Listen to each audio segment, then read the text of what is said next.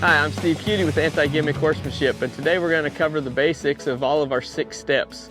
And you might ask yourself why we've chosen 6 steps, and truly the answer was I tried to make it to 10, couldn't get there. That's how simple this program is. So I want you to understand a few things as we're talking about things today. And what we're going to cover here in this first episode is that I'm by no means trying to throw any trainer under the bus. I'm not trying to discredit anybody's training method, because here's what you have to understand, that the beauty of training horses is that good training is good training no matter what it is, right? When good training, you ask and you teach a desired response, and every time you ask for that, that horse gives you the desired response, it becomes good training. So all I'm trying to do is give you a new outlook or a new way to maybe think about things. And if it works for you, great. And if it doesn't, that's cool too. But always remember that you can learn something, whether it's good or bad, from somebody, or what to do or what not to do, that can help your program. And sometimes it may take just one little tidbit of info that's going to allow you to get to the point that you can progress in what your training is, or maybe if your horse is having a little bit of a misunderstanding. Because I think one of the things that you have to understand when we're talking about training is that a horse cannot give you the wrong answer. It's just that you've asked the question wrong. So as long as you've always taught him along the way what the answer is correctly, then it'll always be correct. And if that horse doesn't give you that response, it's generally because he's confused or doesn't understand what it is. So we've just tried to simplify the program a little bit and make it easy for you to understand. So what we want to start with is what we call the golden rule. The golden rule is always going to be forward fixes everything. So any problem that you might have with training your horse, as far as he's not going forward, his head is up, he's dropping a shoulder, leaning in, he doesn't want to stop, he doesn't want to go across a trail obstacle, whatever that may be, that is all a direct result that your horse is not going forward. So in forward, I like to explain and tell everybody, it's like if you're in a relationship and you say, do you love him or do you love him? Okay, that ends up being my same philosophy for forward, because your horse can go forward. You get on him and he walks around, yes, you're going forward. But by forward, I mean your horse really has to be able to step under from behind and walk out there so you can really direct how he goes. Because when we get to where we're turning our horse, or we're getting our horse to spin, or we want our horse to stop or guide, it's all a direct function for me of his butt stepping under from behind and where his shoulders step in the front. So the more not forward he is, if that would be the correct way to explain it, with these being his front feet, the steps become little. The bigger and the more forward he is, the bigger the step becomes. So then anytime you ask your horse to step over or steer, it's easy for him to reach across in that maneuver and give you an instant response. If he's just barely stepping across, he's got to take a bunch of little tiny steps. So when we're teaching our horse to circle, and the overall view with what we're doing is that your spin is, in theory, the same exact aids and the steps that you need to do a 150-foot circle. We just shrink that circle size down, and then the crossover step becomes more. So that is just a direct function of our horse truly being forward. Now, one of the topics that we get into a lot is what is collection. So if your horse is standing still and he just has his head framed up and his chin is here and he's not going forward, that doesn't mean he's collected. That just means he's got a frame or a headset. So collection truly comes from behind, with you squeezing from your leg and pushing that horse right out to your hand or the bit, okay? It's not a result of you pulling the bit back onto the horse. It has to be forward from behind. So an easy way to think about the stuff that we do when we get a little later in this program is your right leg controls his right hind, your left leg controls his left hind, your inside rein and your outside rein, whichever you do, those are going to be a direct correlation to what happens with the shoulder. So we're trying to get to the beautiful number and formula of 90% seat, 8% leg, 2% rein. And we're all guilty of being in that position of pulling on our horses too much. And when you pull on them too much, they lose forward, their head comes up. Again, direct result of lack of forward. So the golden rule is the most important thing that I need you to understand as we're going along with these 6 steps, because it's always going to be the default step whenever you have an issue, right? Is my horse not stopping? Okay, he's probably not going forward, right? Is my horse not crossing over in the spin? It's probably because he's not forward. Is he hopping in the spin? Again, probably not because he's going forward. Is he dragging a lead? As you know, what's the answer? Right, he's probably not going forward. So whenever you ride with your trainers and they're talking about more leg, that's generally what they're meaning. So more leg, more leg, more leg means more forward, not more speed. So with that said, we can visit a little bit on step one, which step one in the Anti-Gimmick Horsemanship program is that our horse stands still and he can bend laterally left and right. So if we can bend our horse laterally left and right without him moving his feet, then we're well on our way to being able to achieve what we want, okay?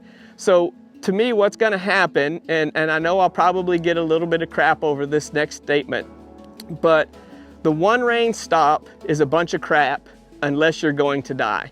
If you're gonna die, by all means, do whatever you need to do to be safe. But what you have to think about is if you teach him every time you lift that inside rein, he gets to throw his butt out of gear, all it's gonna do is come back and haunt you whenever we're doing any other maneuvers. When we're gonna cross the bridge or we're teaching him to pivot in the spin or stop working a cow, that's all gonna be messed up because that inside, the one rein stop, that inside rein teaches him to throw his butt out of gear. All the power is gonna come from behind. Now, when we talk about having our horse bend laterally left and right without moving his feet, we're not gonna pull his head.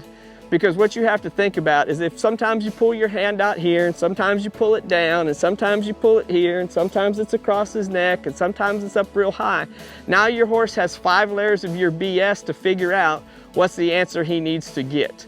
So another topic or a little hint that we like to bring up when we're doing clinics is that if I paid you $1 every time you touch the saddle horn, how many of y'all would miss touching the saddle horn, right? Never. You would always hit the saddle horn because you wanted to get paid. That's what you have to think about whenever we're doing the lift in our hand, because when we lift that hand up, in essence, you're paying yourself, because if you do it 5 layers of crap, then what happens is you have to take it to a trainer or figure out what that problem is. If you can just lift your hand and get that desired response every time your hand is up, that horse will always give you the correct response every time. So what we want to be able to do is just slightly lift our hand up until that horse bends around. We don't need him touching our leg. We don't need him touching his hip, none of those things. We just want a little bit of a soft response and we're going to drop the rein. And we're only going to use one rein at a time, so we'll have plenty of slack in both reins. We can lift our hand, we can slide our hand down, lift that inside rein up. I'm gonna elaborate just a little bit about what we were talking about with being able to lift our hand up and slide our hand down that rein, because ideally what we wanna have is that horse to have a lot of slack in the reins to be able to give us the correct response. Because if we have tight reins and we lift our inside rein up, then he cannot bend his head around because he's going to run into the outside rein, because there's going to be too much resistance with that outside rein. So I'll show you a little quick drill that we can do, and you don't have to necessarily do it on your horse, right? You can do it on the ground. I'm just sitting on a stool here and I'll show you what it is that, we just take a regular snaffle bit and I'm just going to lay it on the ground, and we've got one rein. And what we want to do is when we have split reins, so you got to have 2 ends on split rein. Okay, so it's going to be way easier if you're using split reins rather than a set of Romel's or contest reins that are just one little loop. So right here, we would have contact with our horse's mouth here because I have some connection with the rein. But if I make that rein longer and I can hold the end of the rein even, right? You wonder, how am I going to make contact with my horse? So if I lift up my hand and I slide my other hand down the rein and I put this hand down back on his neck, if I lift this rein up, see how I made contact with the bit? And then when that horse is correct, all I do is drop that rein and I'm always in the center of my horse's neck. If I want to go the other direction, I grab it in the middle, lift my hand, slide my hand down, put this hand back down on his neck, and then I lift my new inside rein and I make contact. Once that contact's made and that horse gives us the response, I can drop that rein, and again, we're back down to the middle. So this way, it allows you the ability to shorten and adjust your reins on the fly, and really, you can get pretty quick and efficient at it by, you're sitting around on the TV and, you're watching Steve Cutie on Anti-Gimmick Horsemanship. This will let you practice what I'm going to ask you to do if you ever happen to go to a clinic, right? So now, rather than doing all the rein knitting and pulling these reins up and trying to make this one shorter and trying to figure out how it is, just always keep them bridged over a little bit. Pick that hand up, slide that hand down, right? You can get to the point where these things happen so quick that you're always able to get a hold of your horse if you need to and put him in the proper position that you need just by doing this little maneuver, right? But if you pick this hand up and you slide your hand down and you pick them both up, now what are you doing, right? You're pulling on your horse, and that horse is not going to be willing to go forward. And willing to go forward is what we need to have. So we want to lift our hand up, slide our hand down, put our hand back on our horse's neck, lift the inside rein, and then drop it. So we're going to do this over and over and over again. Be efficient with it to your left, be efficient to your right, and once you can do it, then you can achieve anything that you need. And then when your horse is willingly forward, you're going to be able to bend him left or right with no problem. So now once we've established correct bend without him moving his feet, then we're going to go to step 2. Step 2 is again just built on step 1, which becomes that horse goes forward with bend. Okay, so we're not worried about direction in the beginning. I'm not worried about where his head is at, where any position is at. All I want to be able to do, lift my inside hand again, not pull it out, not pull it down, not pull it back, lift it up, squeeze him forward with my legs and get him to move forward, not just forward, but willingly forward, and allowing himself to be able to cross over a little bit. So that willingly forward is going to allow a good crossover step, and then we can worry about direction when we get to step 3. But step 2 is plain and simple, forward with bend, no direction, because he could be bent to the right and travel to the left and still be forward, because that becomes counter bend. And it's not a big deal. So don't get yourself all psyched up about whether it's right or wrong. But generally what will happen on step 2 is if you pick that inside rein up and you have your legs on, the horse's tendency naturally will be to go in the direction that you have his head bent, which is perfectly fine. But don't freak out if he starts going to the left when you have your right rein up, as long as he's going forward. Now when we get to step 3, is going to be a continuation of what we've built on with step 1 and step 2. Step 3 becomes inside rein up, inside leg on. Our horses will be in a circle. We'll have a little bit of bend. Now we have some direction. And like we've taught our horse in step 1 and 2 with our hands slightly up to get the correct bend, when he gives that correct bend, now we apply our inside leg, and our inside leg will be the inside of whatever circle or direction that we're riding. When that inside leg comes up, it backs up your inside hand. So our hand does not get the steering or the bend. We ask the horse to bend to the inside with our hand, and then we apply our inside leg, and eventually that inside leg will hold the bend correctly on the circle. So with that being said, anytime we're walking in a circle and we apply our inside leg, what direction will your horse travel? Technically speaking, if you've done step 1 and 2 correctly, the natural instinct was your horse will start to move away from pressure, and then you can make him slide out a little bit more on that circle, so that circle becomes larger, right? So if we're in a 10-foot circle and we apply just our inside leg with our inside rein up, we can push our horse to the outside of the circle and make it larger. Okay, and the more forward your horse is, the easier it becomes, the more easily he steers, the more willing he becomes, because we're not limiting the forward. The whole idea with the anti-gimmick and the forward fixes everything is we take the forward motion that horse gives us and we put it into a shape that we can use, which is generally always going to be a circle. Okay, so now we're going to go to step 4. Step 4 is a continuation of the first 3 steps, but now we have inside rein up, outside leg on and back towards where the rear cinch would be or his flanks would be. So we're just going to slide that outside leg back. We're not going to use our inside leg, but we still have our inside rein up. When that inside rein is up and that outside leg is on, where do you think our horse will go? Correct. Our horse is going to go to the inside of the circle, make that circle smaller. So now at step 3, we put our inside leg on at the girth, we can push that horse out and make that circle bigger. Step 4 becomes our outside leg back, and we can push our horse in and make that circle smaller. So that becomes truly the beginning steps of what we need to teach our horse to spin and to teach our horse to steer and guide. So that all becomes forward. So the bigger the circle, the less the bend. The smaller the circle, the more the bend. So when you go from a big 125-foot circle, your horse has a little bit of bend in his body, all the way through his poll, his neck, his back, all the way to his tail, a little bit of bend. The smaller that circle becomes, the more that bend becomes on the horse. So the concept of straight on a circle, which a lot of the dressage people talk about, ends up being that horse's body is in alignment with the size of the circle that he rides. If your legs are always in the correct position, your horse will go there, which brings us to step 5, between the aids.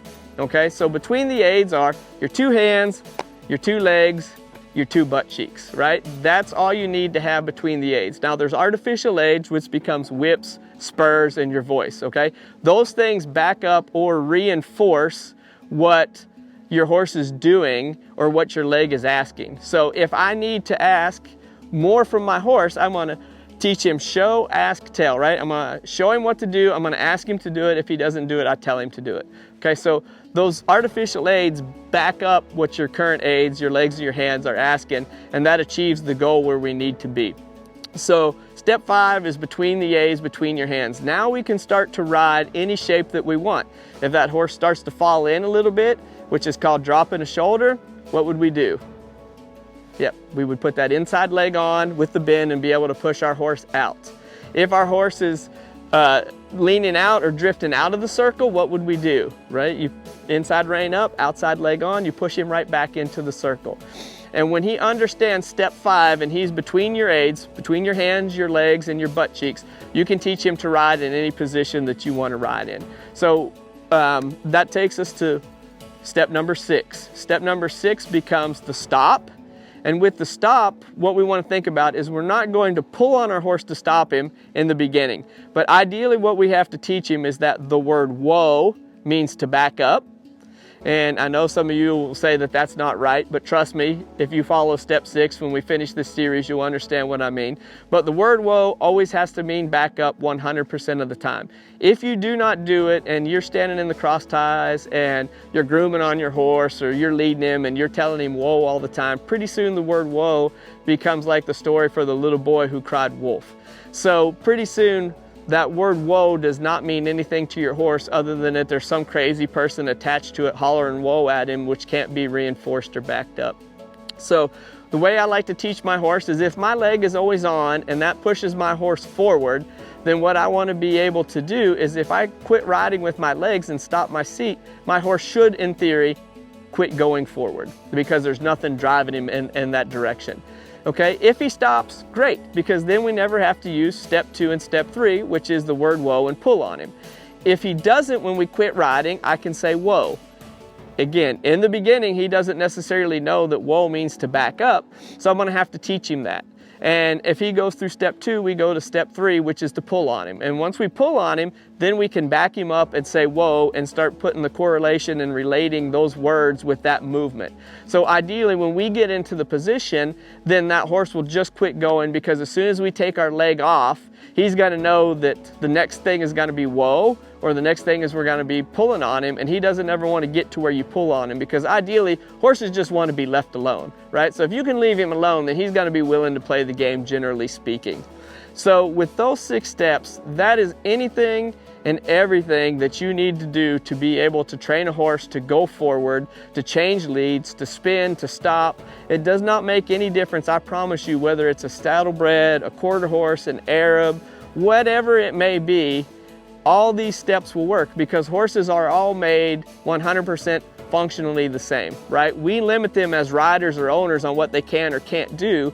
And when we say he can't do it, then obviously we put up a big mental barrier for ourselves, but on what our horse can do. So I promise you, every horse can stop, every horse can change leads, every horse can spin. Okay, it just now depends on how well they want to do it. Because you can take a Clydesdale and turn him into a reiner, but you're probably not going to win a ton if that's the path that you want to go down. I'm not by no means going to discourage you because it's good to have a pretty handy Clydesdale, right?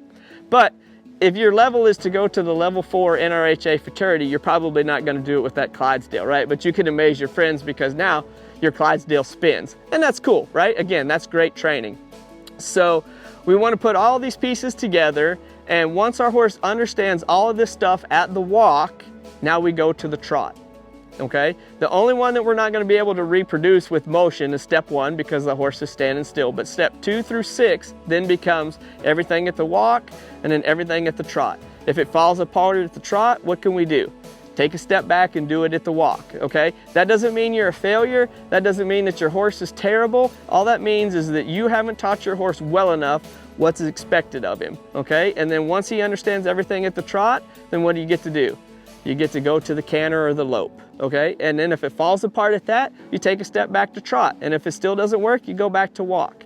So the beauty is there's always some way to be able to fix your horse so that you don't have a problem. And if you just think about what it is that you're doing or what your horse is doing when you ask, you'll always be able to get the answer. The beauty is now everybody has a smartphone, right? Everybody can video, get your friends, sit it on the camera, you know, your camera on the fence, buy one of the little Pivo things that track you, whatever it may be.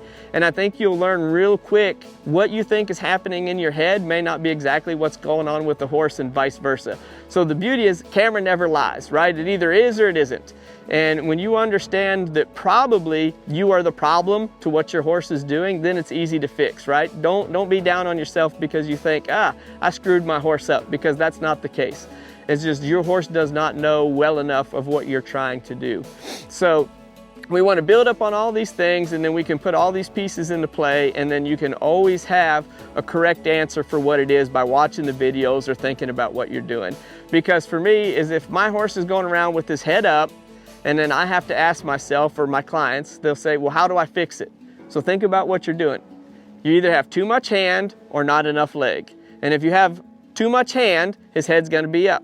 If you have not enough leg, his head can come up, right? So if you say, I'm not pulling on him at all, I promise you, then what's the answer? You need more leg, right? So it's very simple to eliminate problems and figure out where it is.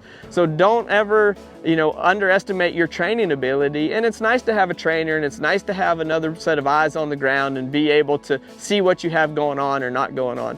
But I can promise you again is that if you just follow these 6 simple steps, you can train your horse to do amazing things and go way farther than you ever thought you would be able to go in the process of achieving your goals, right? Because these things are going to cross over whether you're trail riding or riding a reining horse or a cow horse or whatever it may be, because the horse understands what you're asking. But if you always change up what the answer is, it's kind of like trying to kick a field goal through a moving goalpost, right? Sometimes you're going to get it and sometimes you're not. So if you can just keep that training consistent, whether it's 100% right or 100% wrong, but it allows you to achieve your goal, then you're way farther ahead of the game. And I like to tell a lot of the people when we do these clinics and we're talking about horse training in general is that if you teach your horse to lope off when you pull on his left ear, and 100% of the time you pull on his left ear and he gives you the left lead, that's good training. That gives you not the right to badmouth anybody in the world. It doesn't give you the reason to badmouth somebody's training on Facebook or social media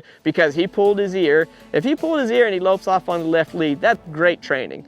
It's very impractical for most of our needs, but it's great training nonetheless. So you can't discount what somebody has done and say that that's right or wrong just on what your judgment is, because it's kind of like walking a mile in somebody else's shoes, right? You can't judge a horseman and you can't judge a trainer until you've ridden their horse, right? Because the beauty is when you can control your horse's every movement and your horse is one with you, then great things can happen. I hope you understand that 6 steps are all you need to be able to train your horse and become successful.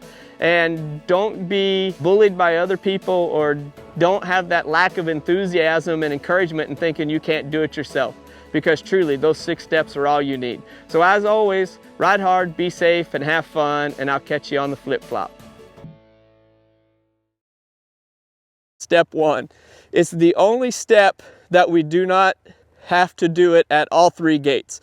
And by that I mean we have to do it standing still. So there's no walk, there's no trot, there's no lope or canter. It's that our horse stands still and bends laterally left and right. Because if you pull that bit up in the beginning and make a wrinkle or 2 in the corner of his mouth, when you drop that rein, there's never really a true release of the bit in his mouth, right? That pressure is always on the corner of his mouth. So if you run it a little bit more loose in the beginning so he'll understand, is that when you pick up, then it makes a little wrinkle and then you can drop it and that wrinkle goes away so he begins to understand. So again, we wait, okay? We went through the same process before, remember? He kept walking forward and he couldn't find the answer. And then what did he start doing? He started to back up, which he did again. Now he gave us that response and we left him alone. Repetition, repetition, repetition. And as you understand, right? I mean, you see this colt trying to reach around and act like he's gonna kind of bite at my foot a little bit. To me, it's no big deal because he's just frustrated trying to figure out where he needs to be because he doesn't know. And I'm gonna just wait and wait and wait. And as soon as I get that response, then I'm gonna let him quit, and then I'm gonna give him a break for doing it correct.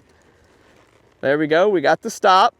And I'm gonna hold that rein. He gave us the backup and he gave us the bend, okay? Good, so that's the correct answer.